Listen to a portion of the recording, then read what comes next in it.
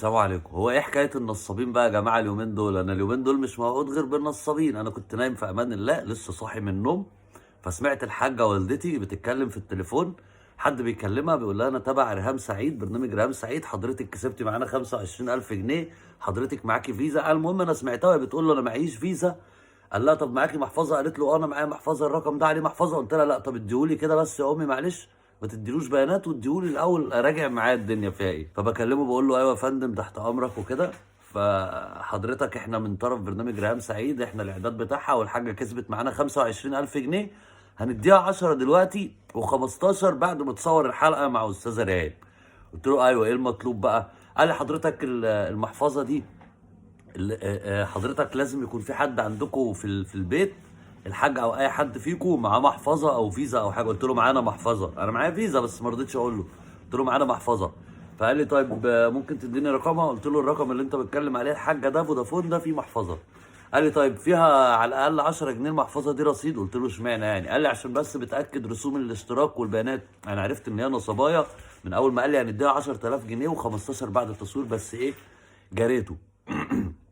قال لي تمام، طب هنبعت ومش عارف ايه وتدوس تأكيد من عندك وكده، بس اكلمك من تليفون تاني عشان التليفون اللي عليه المحفظة يبقى فاضي.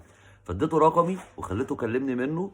فقال لي اطلب نجمة 9 نجمة 100 شباك. طلبت، فلقيتها بتقول لي حدد المبلغ اللي انت عايز تدخله بتاع. قال لي احنا بس هنحط هنا 54886. قلت له ده مبلغ يا ريس. قال لي لا ده كود الاشتراك. قلت له ازاي؟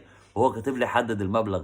قال لي لا، ما احنا في الحته بتاعت حدد المبلغ دي مش عارف ايه بنحط الكود دوت عشان هو اللي هو هحط 5,486 جنيه واحولهم له يعني. فبيشتغلني على اساس ان انا راجل على قد دماغي.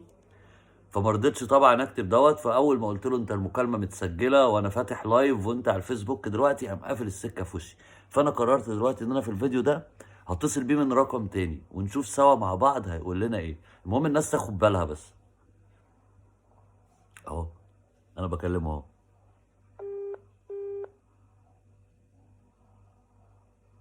هو انتظار المكالمه، انتظار.